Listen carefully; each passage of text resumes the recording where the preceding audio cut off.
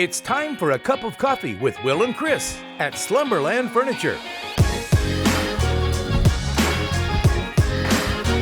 From Slumberland Furniture in Osage Beach, here are your hosts, William Holtz and Chris Schneider. Time for another weekly cup of coffee from Slumberland at the Lake. I'm Wild Will. I'm Uncle Chris.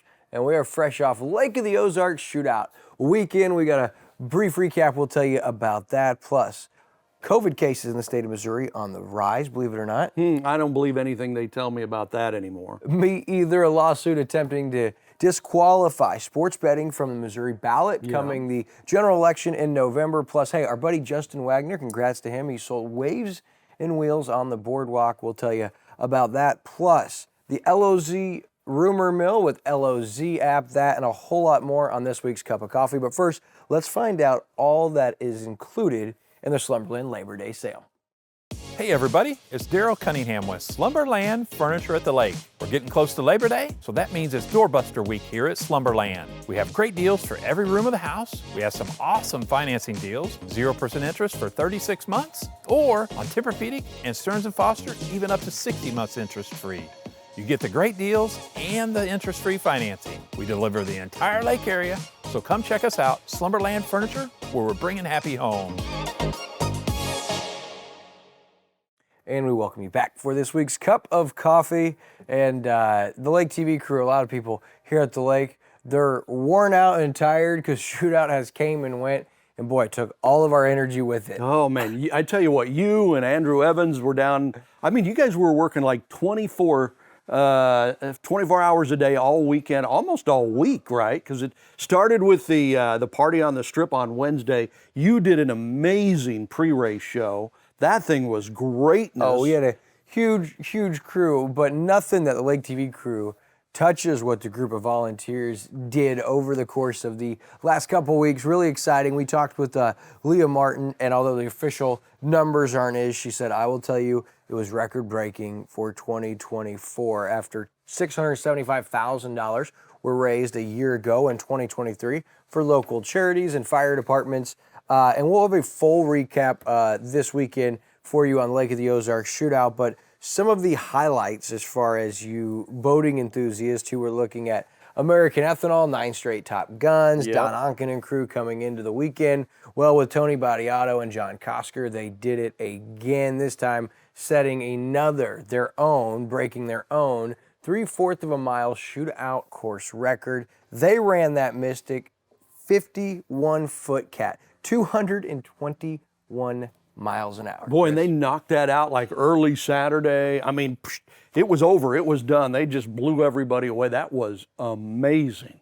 Yeah, don't blink. For those of you that wait Saturday morning and want to get there Saturday afternoon or wait for Sunday, you're going to have fireworks all weekend long, but you had Factory Billet, one of the first runs Saturday morning, like the second or third run of the day. 186 miles per hour. Yeah. Jim Schultz and Mike Focher, they set a V-bottom record. They broke their own record from a year ago of 184 miles an hour with Factory Billet. Just incredible. And then not only American Ethanol and Factory Billet with huge numbers, but Dirty Duck, Slug Hefner, Myrick Coyle, Rusty Williams, and that massive 38-foot Skater Cat.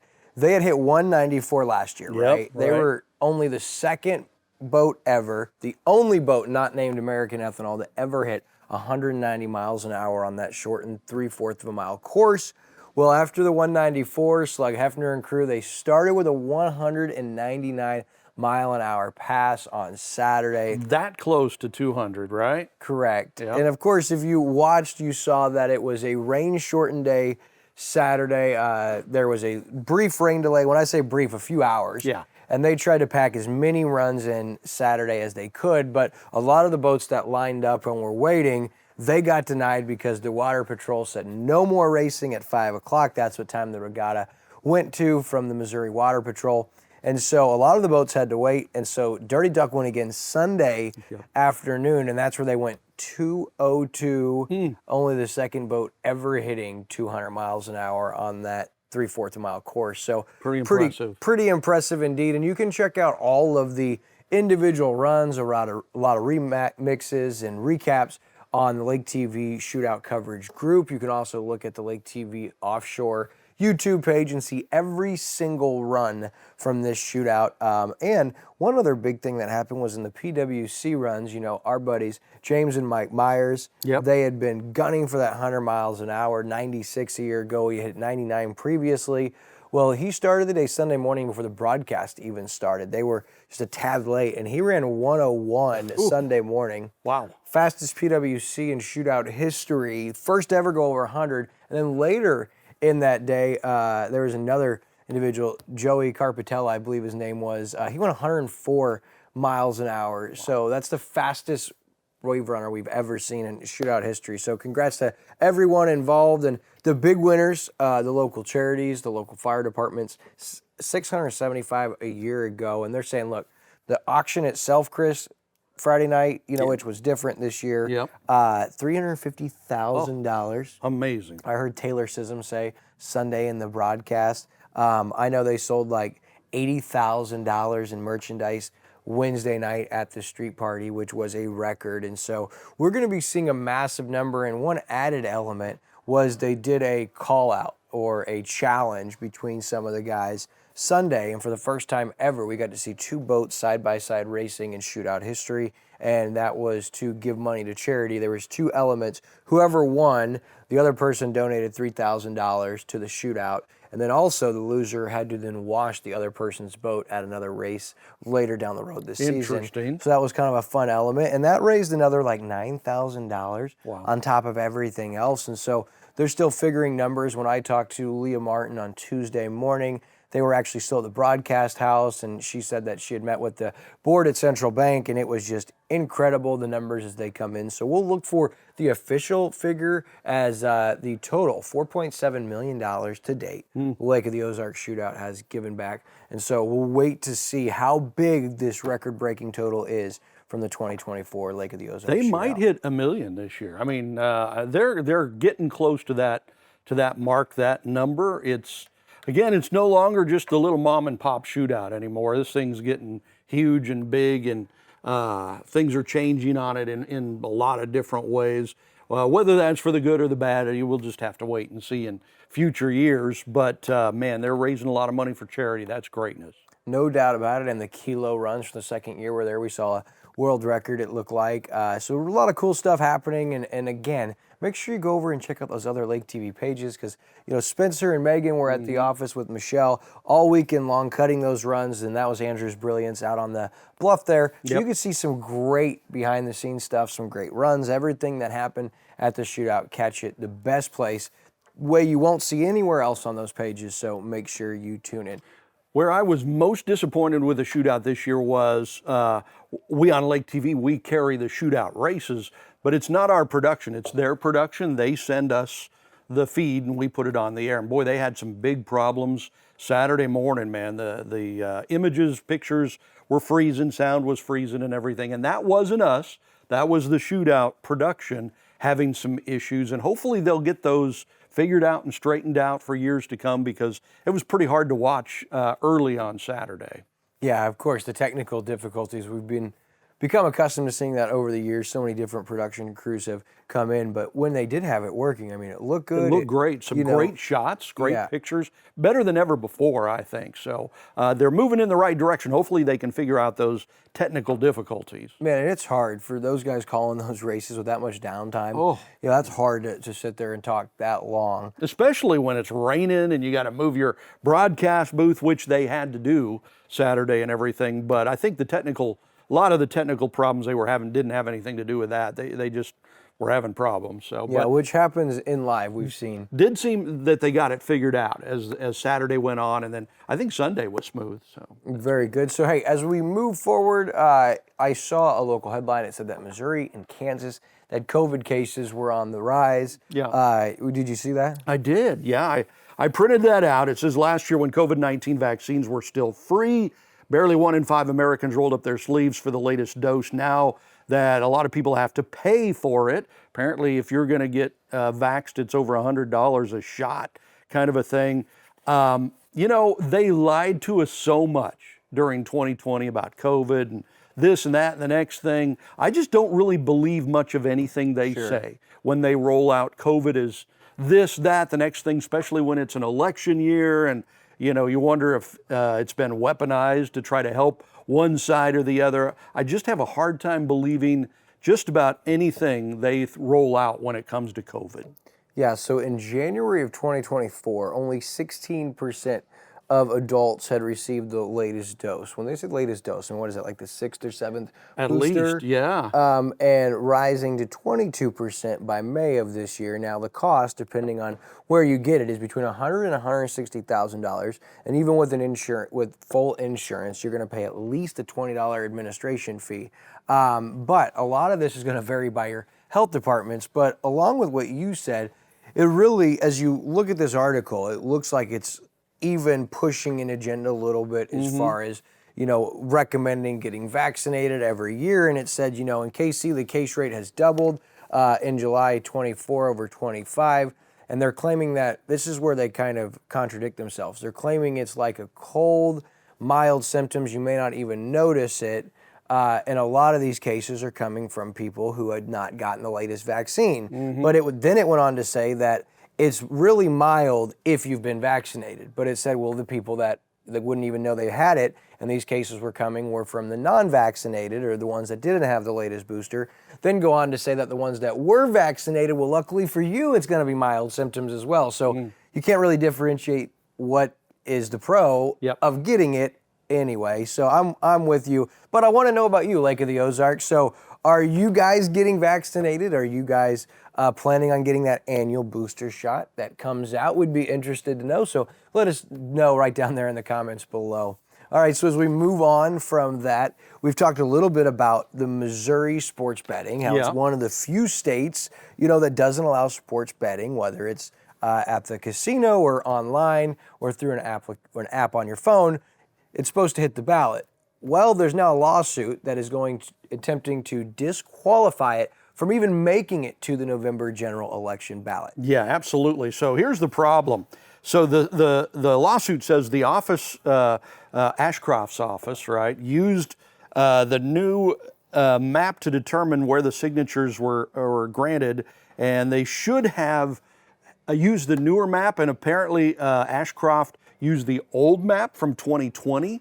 So insufficient numbers in the 1st and 5th congressional districts were a result. The suit argues with the change that only 4 of the 8 counties received the proper number of signatures. So if that is true and they win this lawsuit, that will be a massive win against sports betting, but it'll be a massive slap in the face to Jay Ashcroft, who ran and certified this result, apparently. Sure. So it's been filed in Cole County Circuit Court by political consultants Jacqueline Wood and Blake Lawrence. Now, the initiative that was started to allow sports betting needed signature from 8% of legal voters in 6 of Missouri's 8 congressional districts. So of those 170,000 signatures required, that would be 8% of registered voters. The campaign behind this initiative, which this is interesting, they're named Winning for Missouri Education. Don't you like it when they come up with, this is all about sports betting,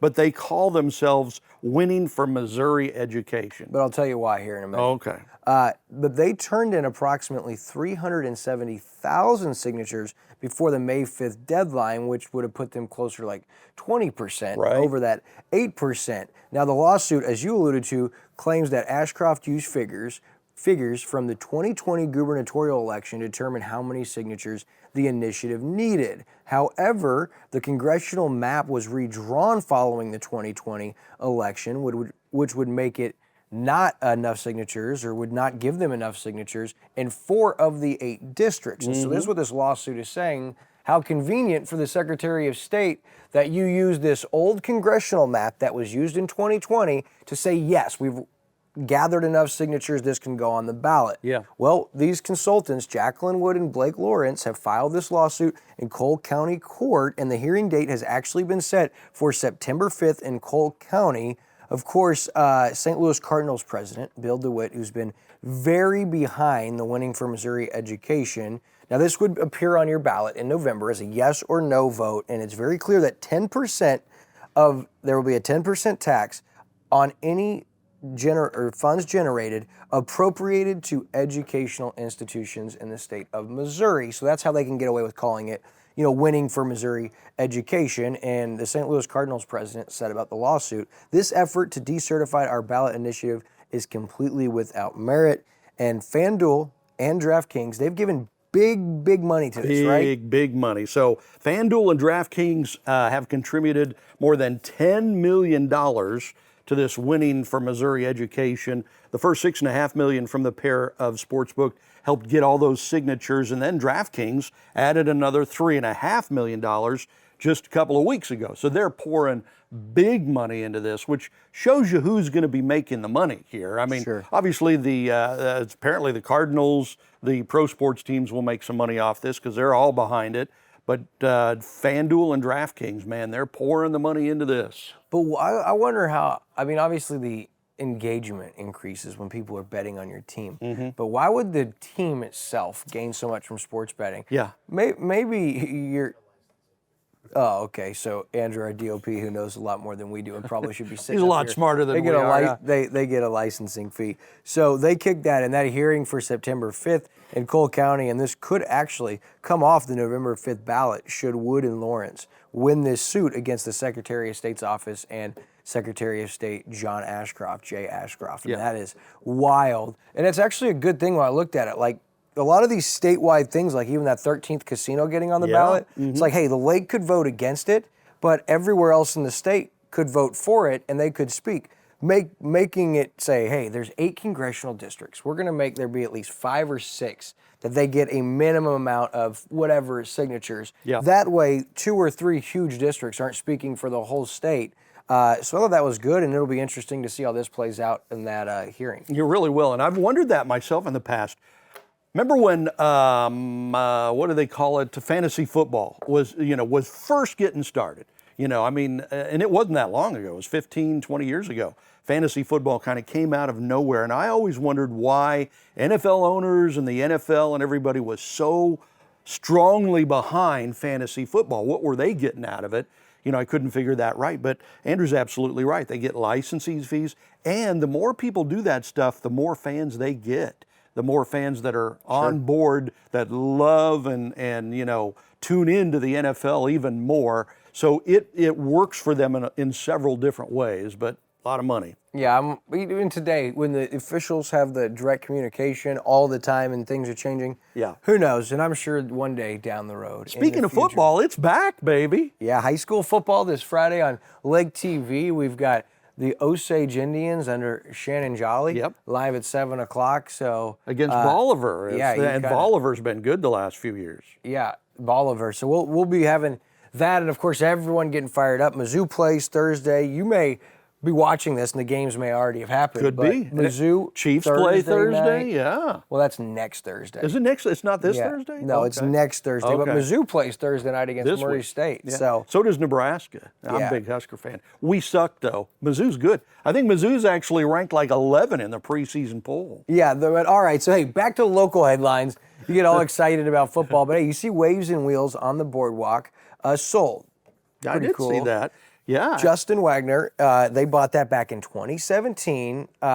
They found a buyer, and it wasn't like he was looking aggressively, but this is a 27,000 square foot, one-of-a-kind facility here at Lake of the Ozarks, and they have new owners. Yeah, absolutely. And Waves and Wheels, it just wasn't what Wagner wanted it to be. He's kind of moving more into the manufacturing process. So he's still going to be around, it looks like, and still have a new facility and do that. And it looks like this was a better fit for the new owner, who I believe comes from Arkansas, that's going to be running this. So Doug Cooper, DLC Properties from Henderson, Arkansas, and avid boat enthusiast, it looks like. He owns a 36-foot Skater Cat and a 38-foot Mystic center console. Those are sweet. But for Justin Wagner with Waves and Wheels, you'll remember they launched that special edition Doug Wright, that Waves and Wheels special edition cat that we saw at last year's Shootout. And that is a beautiful boat, and that is really becoming popular. And so for Justin, he's been eyeing the ideal location where, as you said, more manufacturing. And so he wasn't necessarily looking at purchasing, but he said the buyer kind of approached him. It all worked out, and this is what he said: put the Waves and Wheels in fast forward mode as far as where they're going and what they want to do. And for Doug Cooper, he was working on a residential property on the other side of the lake when his buddy said, hey, I don't know if they're selling, but you should go look at this Waves and Wheels property. So he did, and he went and talked to Wagner, and the rest is history. Now, cool thing is, Cooper's going to lease it back to Justin and Waves and Wheels for the next 6 months. And then Doug Cooper, he says, I will lease it out or lease to sell. He goes, because I have no interest in running a marina, but he said, I see a lot of opportunity with this, and so it's cool. But I wanted to congratulate Justin Wagner, who's big. You know, Waves and Wheels is really known for their marine upholstery and audio innovation on boats and their modifications and different things they do with older boats. I mean, so that property was really cool, and you saw the boats sitting up there. But a new owner, Doug Cooper and DLC Properties, will now be able to do whatever they want with it, and I'll be interested to see what that means for Justin Wagner, and if we'll start to see maybe more of those special edition Doug Wright cats produced, man. Yeah, absolutely. Sounds like that's the plan. All right, so do you remember last year there was that Ozfest fireworks show where there was a rogue firework? It was October of 2023 in Rocky Mount. That was a local fundraiser, Ozfest, for the local fire department. And that rogue firework flew into the crowd close to people, and there were some injuries, and there were some cars that were damaged. And so there was a lot of speculation. Well, the company that actually put on that firework display, Ozark Fireworks, put on their Facebook page this week that they will no longer shoot fireworks with spectators present.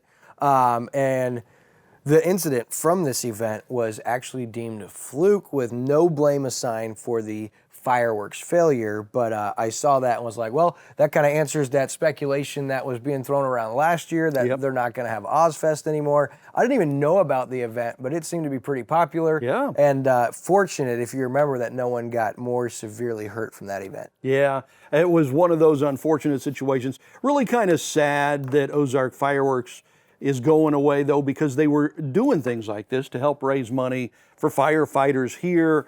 But in the day and age we live in, where everything is so litigious and there are so many lawsuits, you know, you see this happen. They just have to go away because they can't afford not to. Sure, no doubt about it. All right, so we're going to shift gears here for a minute. We're calling all dancers out there. Our friends over at Releve Dance Academy are celebrating 20 years down here at Lake of the Ozarks, and they are the finest in classical and contemporary dance to the lake since 2004 is really what they're known for. But they're taking right now enrollment for their spring or for their fall of 2024 in spring classes. And listen, probably even something for you, Uncle Chris. Right. Jazz. Yeah. Ballet. Yeah. Hip hop. Oh, ballet's me, man. Yeah. Ballroom. Hip hop, that's me. And contemporary. You have to go in. McKenna, Kendall, Sarah, and the crew at Releve do an incredible job. And of all ages, whether it's beginner, you can start at 2 years old, or if you're really a veteran and they have 6 different courses or different rankings, they offer classes for everyone and all those different things. You can go to relevedanceacademy.com to find out more info, and you're going to want to sign up because these fall classes, they start September 3rd. So again, relevedanceacademy.com, and we've considered enrolling Brinley in that. I think that needs to be a daddy-daughter thing. You know, Brinley and Wild Will. I want to see you in tights, maybe doing some ballerina stuff. That'd be good. Of course, you would take the Releve Dance Academy family story and talk about Wild Will in tights. Who wants to see that? Come on. Let's see Wild Will in tights with Brinley learning how to dance. That would be great. From that to our LOZ app, LOZ rumor mill. Hey, you've heard that there was a Missouri cave that has just massive blocks of cheese, right? Right. I've heard a lot of them, like down in Herman. They've got big cave like that where, of course, they do wine. But I didn't realize there were so many natural underground caves in Missouri. Okay, so there are, and I went down a rabbit trail. Right. Couldn't stop. It was kind of fascinating. But so there's converted old limestone mines here in Missouri. Thousands and thousands of pounds of cheese. Opportunity for climate controlled storage. Makes sense, right? Right, That's what we've heard. Sure. Okay, well, the good thing is in Missouri, it's the cave state. There's Yeah. over 7,000 caves in the state of Missouri. And America, like I said, we love cheese. Actually, the recent study showed that average Americans consume 42.5 pounds of cheese per I was person just a year. cutting the cheese this morning. Of course you were. And something tells me you might have just again. Probably hasn't stopped. So that's an all-time high. But listen, back in 1977, President Jimmy Carter promised to amp up the dairy industry. And he allowed dairy farmers to amp up milk production without risk. And that forced milk prices to shoot up. Everybody was drinking milk, they loved it, and it became more popular. Well, fast forward to the 1980s, and actually America had a massive surplus of cheese. So there was a debate. Do we dump all this cheese in the ocean, or do we, under then President Ronald Reagan, he launched the Temporary Emergency Food Assistance Program, which was government cheese. You've heard of government cheese. This is wild. They allocated blocks of government cheese to people who were in impoverished area or who were struggling to get food. But because of that, they realized that in these big blocks, it was actually stayed and it could melt down easy. And so government cheese was actually what we know as American cheese, like Kraft Singles. Right, Isn't that yeah. wild? Yeah. Government cheese. Well, I think it's the best cheese. What's better on a grilled cheese than Kraft Singles? Right, good stuff, man. But the problem was they needed a place to store all these massive, massive blocks. And so enter cheese caves. Missouri, the cave state, 7,000 caves with lots of food stored here. Climate controlled, typically the caves in the low 60s with moderate humidity made it a perfect place. Right. However, the rumor is that it's still that way today. In Springfield, there is Springfield Underground, which is a 3.2 million square foot warehouse. 3.2 million square foot. How huge is that? Who knew I can't it even was fathom. even there? My mind can't even fathom how big that is. And apparently there's another one in Kansas City. They call it the Hunt Midwest Subtropolis, that's located in an old limestone deposit, 150 feet below ground. That's in the Kansas City area. And apparently that's smaller than this one in Springfield. That blows my mind, man. And in this one, wow, that warehouse, the owners actually rent that out to private clients, and their spokesperson said there is cheese, but they can't say how much or how little. Right. She said, however, USDA is not one of our clients, and there's not a multi-pound block of government cheese anywhere down here. So that might debunk that myth. But who knows what's down there in that 3.2 million square feet. Apparently there are some server farms down in those places too, you know, like for the cloud and stuff. No known Missouri cheese caves open to consumers. Because I'd love to go see one of these things, right? But apparently they're closed to the public. And Michelle is sitting there saying, thank you for answering prayers, Lord. That She you gets can't plenty go of to a cheese. cheese Yeah, cave. absolutely. All right, so our next LOZ rumor mill with the LOZ app is the Fosters. Yeah. Back in play with the outlet mall? Yeah, remember they had the outlet mall under contract a couple years ago. That fell through. It looked like the Pruitts maybe had a deal for the mall. That looks like that's going away, and the Fosters are apparently back. Yeah, this is Nancy Zellner from Lake Sun. I saw broke the story. And Chris Foster confirmed with her on August 19th that his company is working with the new group of investors to bring the mall back to its former glory. You alluded to the deal they had in late 21, and that was a $186 million redevelopment plan with legacy development. But the city and the developers couldn't agree on the terms of the TIF and the bonds. And so the last couple of years, you've seen the outlet mall basically dwindle down. Remember, it was built in the mid-1980s, and at its peak, 110 booming stores through Huge. the outlet mall. Yeah. Now only a few remain. So we'll keep you posted on that, but it looks like the Fosters may be getting really close to announcing something. And Zellner's article went on to back and forth. Mayor Harmison seems indecisive in what he's sharing about this, but he did tease an announcement coming soon with the Oasis Amusement Park development. So we'll keep you posted on that. Well, hard to believe that's a wrap for this week's Cup of Coffee. Don't forget, high school football back this Friday with Osage Indians, and then John and Lynn Farrell. Yeah, on the Community Spotlight Show. They've been around the area for a long time, like 50 plus years, so we get some fun lake stories from the Farrells. You got to check that out. That and watch now Uncle Chris is down with both Coach Parr Pitts and Shannon Jolly on the Lake TV High School Football Coaches Show. Until next week, my friends, we'll see you then.